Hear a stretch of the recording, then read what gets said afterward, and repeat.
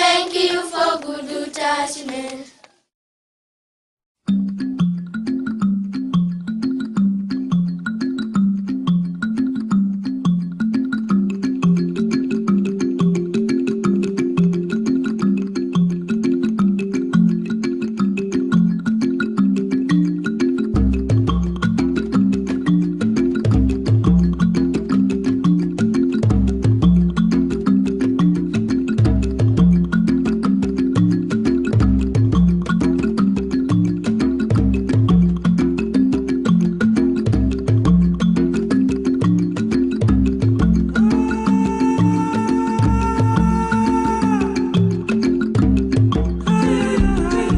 It was truly unique to be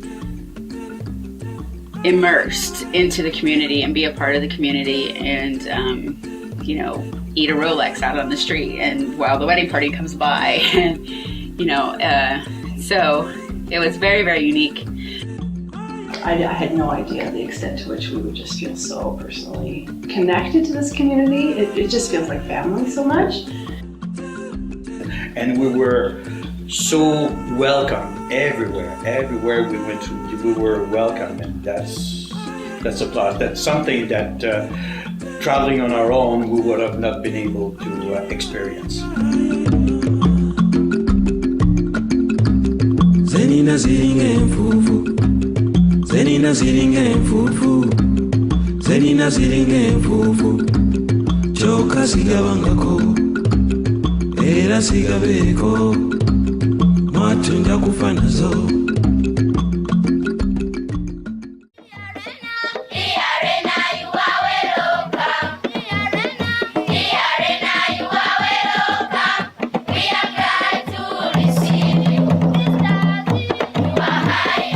I'm Julie DeRoche, and I'm from Vancouver, Canada, and I'm the president of the BC Society for St. Stephen Children's Centre. I am Rena Ladenus, and I'm the vice president for the BC Society for St. Stephen's Children's Centre, and I'm from Vancouver Island. Why did we arrange this trip? We wanted to come back. Yeah, selfishly we wanted to come back. It empowers us, it reignites our passion for what we're doing, and it makes us feel, it makes us see, just how much of an impact we're making. Another thing too was to really give our supporters an opportunity because they'd never been here. So a lot of people who support us, are just sort of trusting us and our experience, and so this was an opportunity to give some of our supporters the experience that we had. Our relationship with Ben has been so special. So to give other people a chance to get to know him personally and build that friendship too. I'm Ben Gervasio Simwagerere. I'm the director, St. Stephen Children's Center. It was my hope and expectation that our donors, our supporters, we are going to have a chance to see the projects which they have been funding since the last 17 years. So it is our hope that when they come, we'll meet them, they see what we do, we learn from them, we have a kind of intercultural, experience altogether. Because even this great team which we have had, there is a lot we have learned from you, and I think it is a vice versa.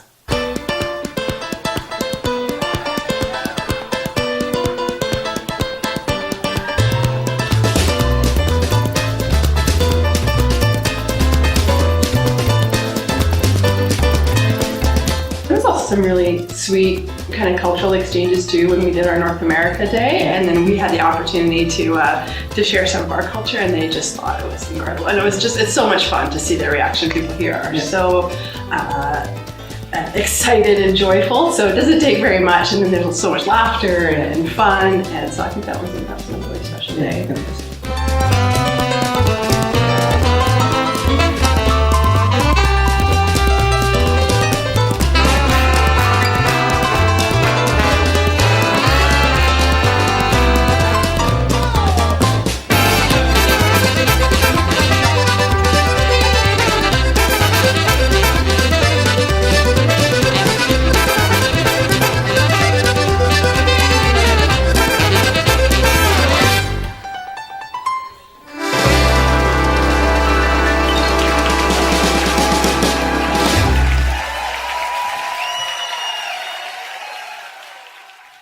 every day we have enjoyed. I'll say that the biggest one was to see the children smile when we were interacting in various things and being a bit delinquent in front of the teacher, which was fun.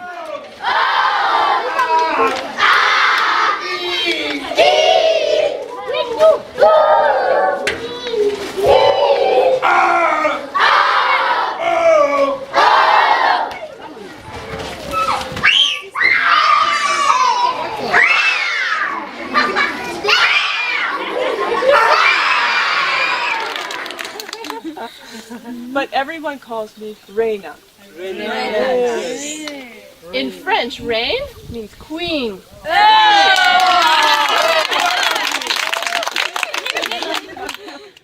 Wait, listen, did you hear that? I heard duck sounds. Quack, quack.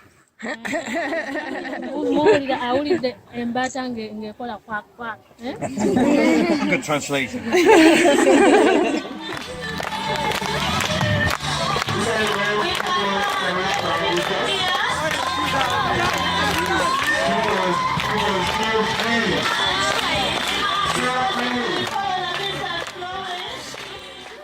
So I think our trip in some ways requires more work, right? Because people really had to prepare for the year leading up to the trip. But I think in the end that made it more meaningful for everybody because they were so much more involved.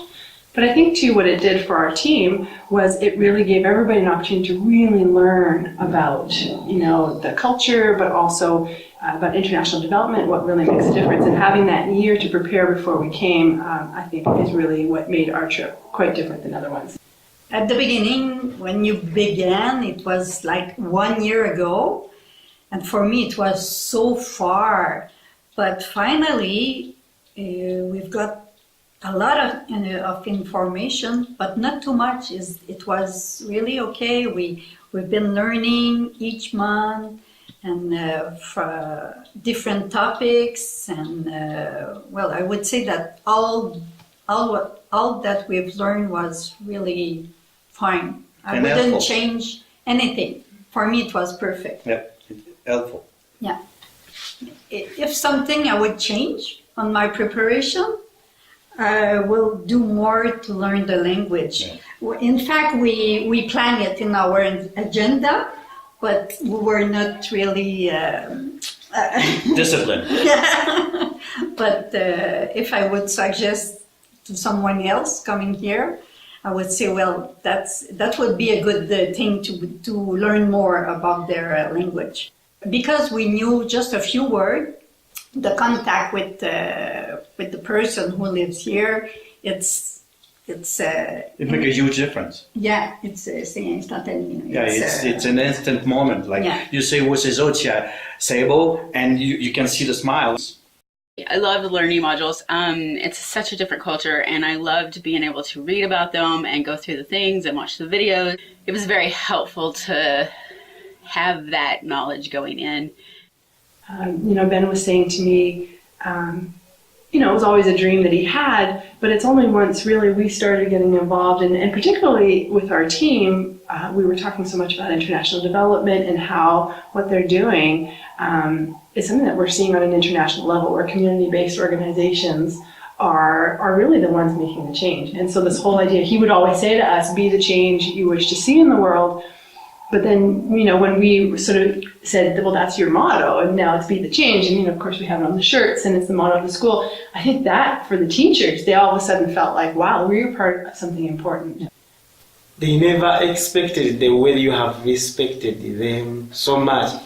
They felt so vulnerable and have been calling me so many times wondering, from where did you learn the Uganda versions?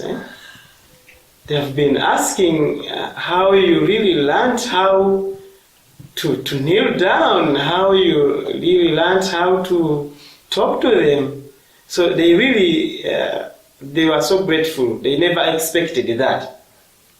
They were so grateful. When you look at other groups that do volunteering as part of the travel experience, it's short term, and so they try to do something that, people can do in a short amount of time. They're only here for a few days, what's something that they can do. So they'll do something like paint a wall or something that's really sort of easy to do, doesn't require a lot of expertise.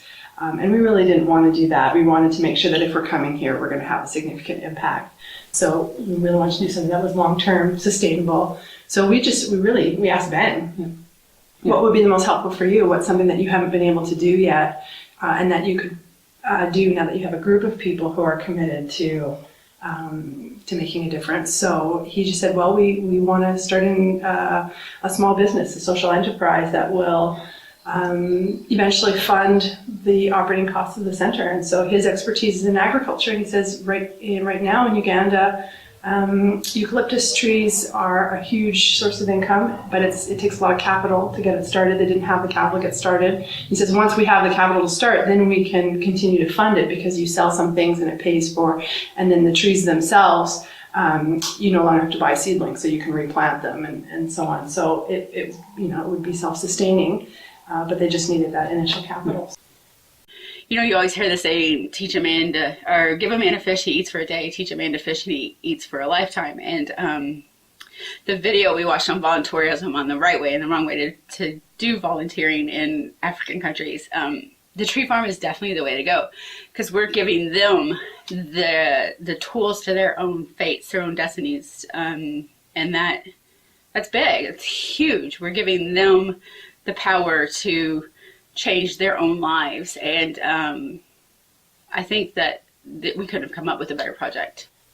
A lot of voluntourism trips will have people do things they're not experts in, and it takes away from the local economy, because you're not hiring the people in the community, and we're not good at it. But what we are good at is we have access to wealth that it's just not available here. So that's the biggest way that we can contribute. We can be of service to them, not a burden, and to me that's really important.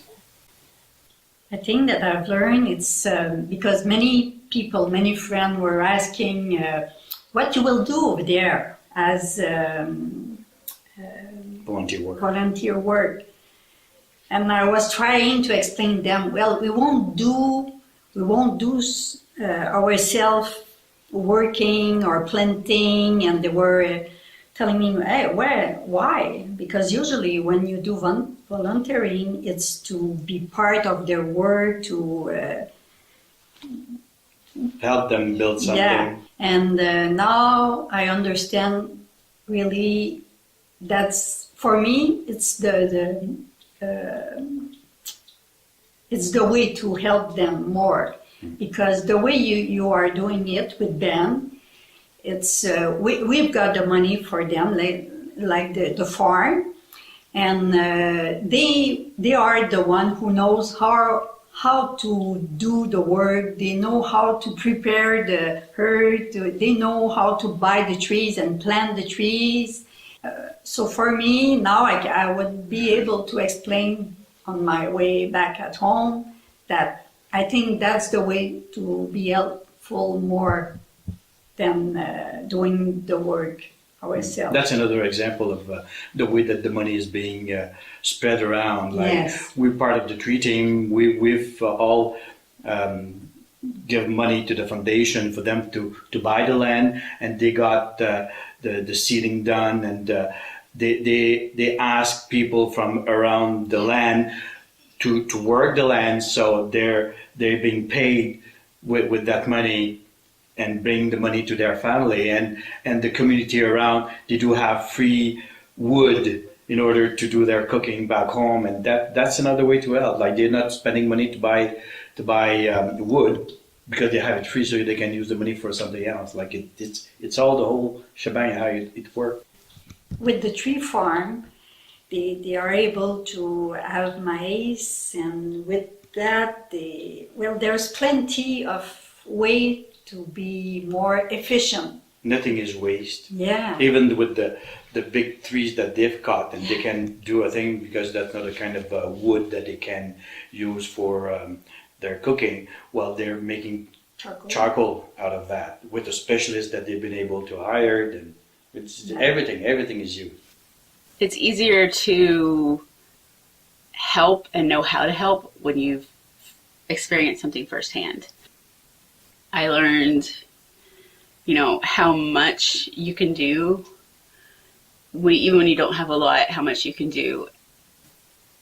I think the biggest thing for me was it has reignited that fire. And so these small fundraisers that, raise only a few $100s, it's really important. Sometimes, you go back home, don't think it is, it really is. It changes lives. Yeah. Well, like even $130, it gives solar electricity to one family. We had the opportunity to meet multiple grandmothers on this trip who each got a solar system for their home. And we just don't even realize how much that changed their lives. Yeah. I mean, just the fact that they didn't have to buy paraffin anymore, and so they could use all of that money now for all these other basic needs. They were going to bed at like 7 p.m. when the sun goes down, and they can't do any work now. They've got 2 or 3 more hours of work, and the women here have so much work to do in a day. Having those few extra hours and how much that's changed their lives. Their kids can now study at night, and for them to be able to succeed in school, that gives them opportunities that they never had before. So it can feel like, the fundraiser wasn't worth it, and yet here we see. Yeah, absolutely is.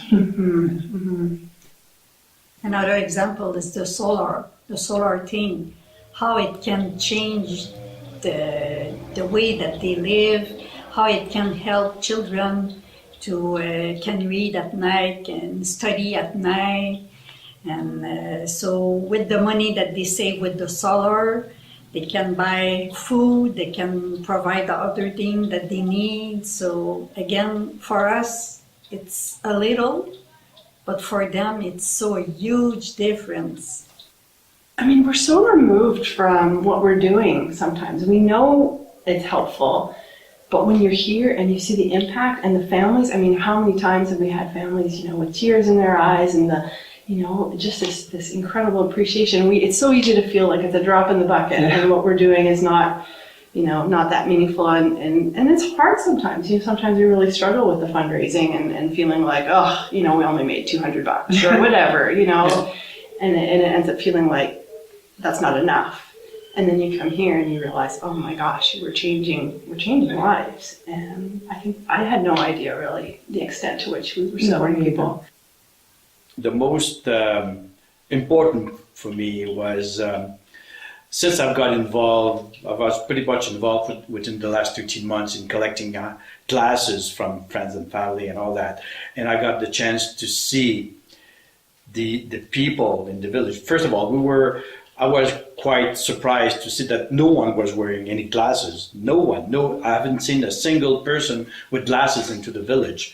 And but they seemed to know what glasses were for, like for them to see and to be able to read. And I had a chance to interact with jajas that wanted to have glasses. And I remember one lady, one jaja was without glasses. She was kind of looking like this, and she put the glasses that she has selected, and she started reading like blah, blah, blah, blah, blah, like that. It's make a huge difference. That for me was a special moment, and to add on top of that, well, I got to see the person who was using my own old glasses, which is quite a privilege. Like you can see what your old glasses will be used for that specific person. That was special.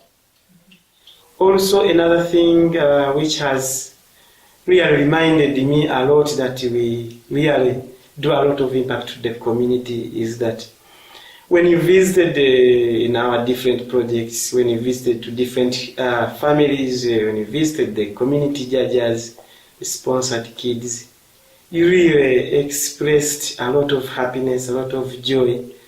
They never expected the joy, the happiness, the love you have really given to them. They appreciated so much for your active involvement in almost every kind of activity which we had. I think each of us have gotten something different from our experience. I remember when we were first talking about this trip and we had talked to other organizations, and they said, you know, it may not seem like a lot when you're only bringing a few people at a time, but those few people, because they're seeing what you're seeing and they're experiencing the same thing, there'll be ripples from those people. And each time you give people that much of a personal, significant experience, each of those people become an agent of change. And then that, of course, ripples outwards. And in fact, they had said, of all the things you're going to do in your work together, it's going to be bringing people there to see for themselves and to experience it for themselves. It's going to make the biggest difference. Yeah. And I feel like that's really what it's done. I call upon the visitors, those who wish to come to join.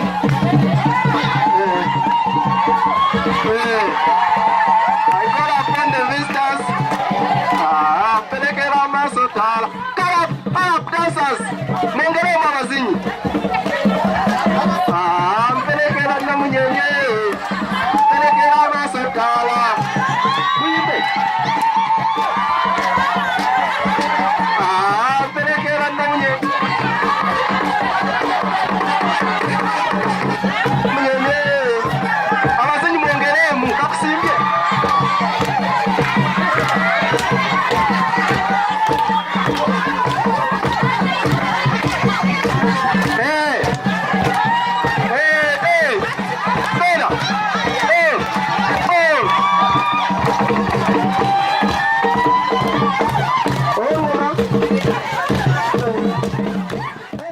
You know, I learned a lot. I learned about how resilient the Ugandan people are.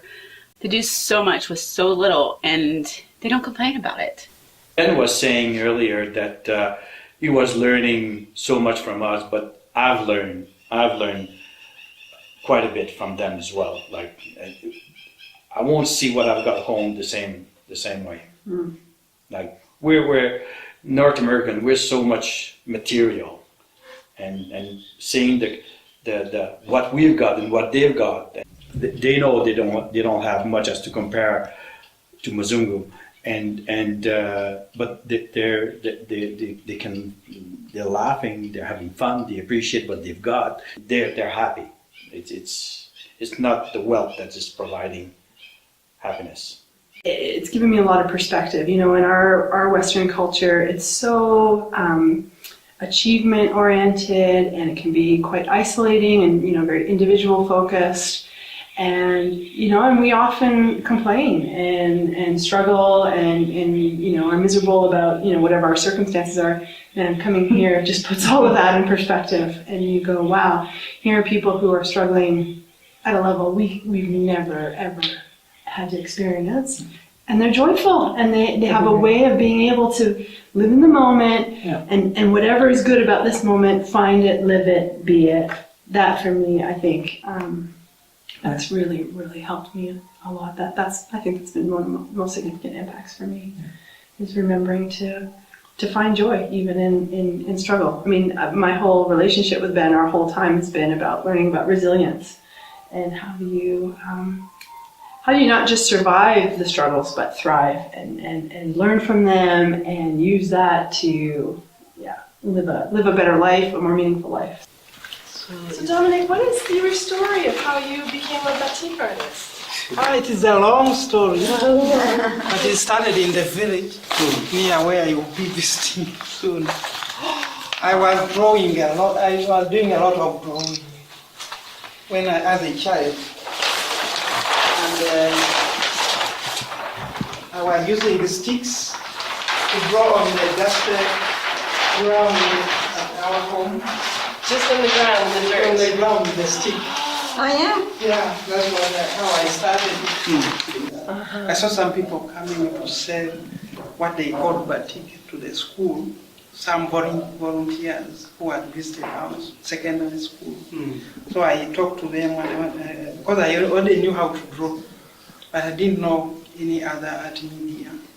So they took me to their studio, and then a week after they didn't want me to continue with them because they thought I would copy their style. So I'm currently teaching at 2 international schools. You are teaching? I'm a batik art teacher. Yeah. Well, you went to university. You got a fine arts degree. You got a bachelor's in arts. But I was selling my batiks and sponsoring myself for studying. Yeah. And for me, what is unique is the way that everyone helps each other.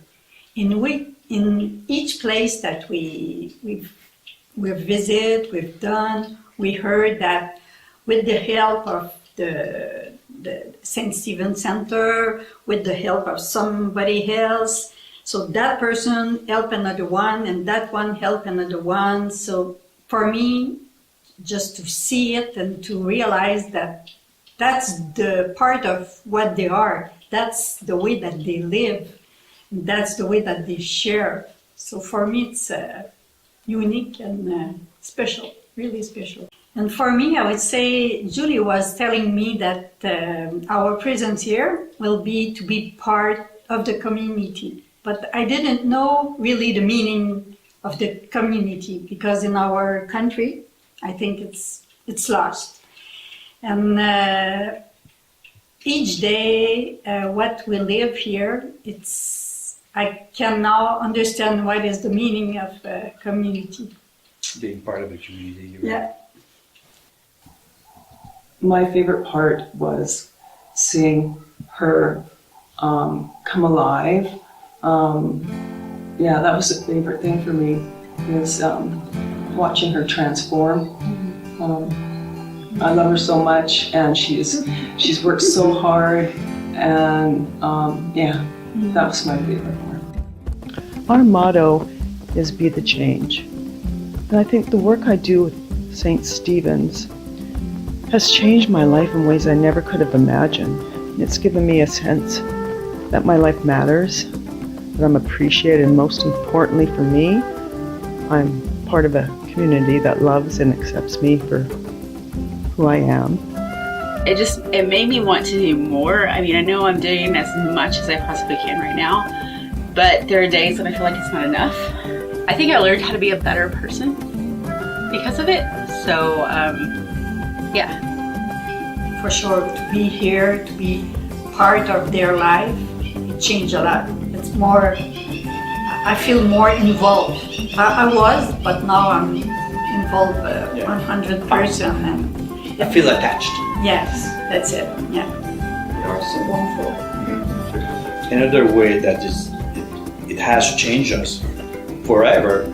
We're going to be part of Catherine's life now, that we're going to be supporting for her studies. So we're going to be communicating with her, and she is part of our life.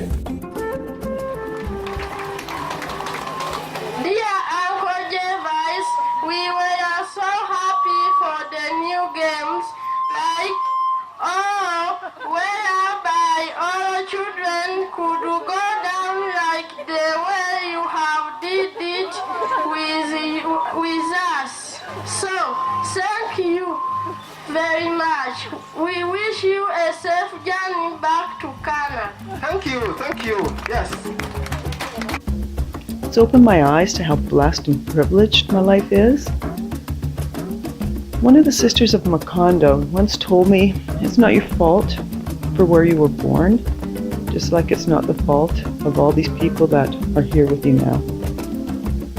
But now that you've seen what you've seen, it's your responsibility to help make a change. And I hope I have.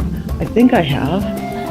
I thank Julie and Ben to allow me to be part of something that is so special. And all I can promise is that I will continue to make it my priority in Canada to tell everyone about St. Stephen's and everything you are doing here.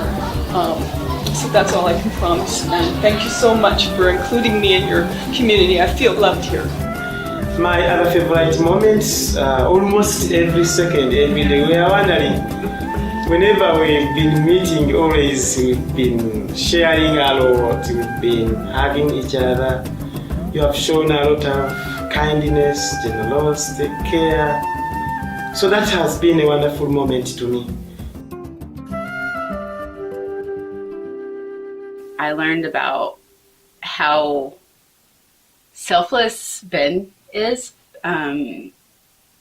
we had been paying for people to get solar electricity and found out Ben himself did not have solar electricity because he uses all his money to support the school and to support his community. And so, it takes special kind of people to do this kind of thing, and Ben is one of those special people. I think for me too, watching Ben, knowing when we first met him and where he was at in his life and how much he was struggling, and now watching him as the director of this incredible organization and all the people he's rallied and how many people he's helped. I mean, he doesn't just help the people at the school, it's the entire community and other communities. We've been traveling with him now for a week, and everybody, will come and there's such high respect for him, and I think that for me is really quite moving. And learning about other things that he does that we never knew about. Mm-hmm. And more so to see Ben, whom they sponsored since the last 17 years to be in school, and all about what he has become. Because I can say that right now, Ben is enjoying the bright future. And Ben is enjoying the bright future now because of the sponsorship that I received from Julie and Rena. You are highly most welcome. The floor is yours.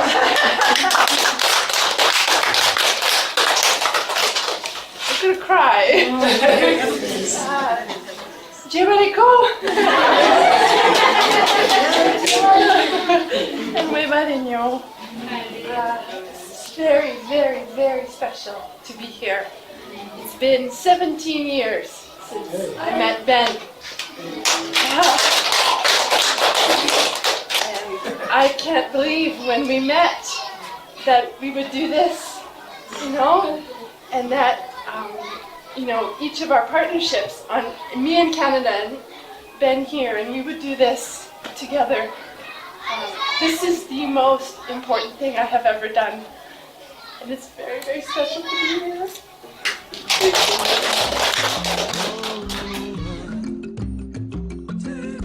We have a lot of hopes for the future team visits. It is our also hope that we get different people, different students for internship, different people from different parts of the world. I think anybody who can go should go. It's definitely a great experience. It's definitely life-changing. I think when people had said it's going to reignite your passion for what you're doing, I very much did. I encourage anyone who's looking for that same purpose and that sense of belonging to come and join us in 2020 and see for yourself what an amazing adventure this is and how it can be the change in your life too. Those are all have been a lot of moments for us which I will have at heart forever in my life. And even where we are right now, it's also a special moment. You always, every second, every day, you always continue to motivate and inspire me so much. Thank you very much.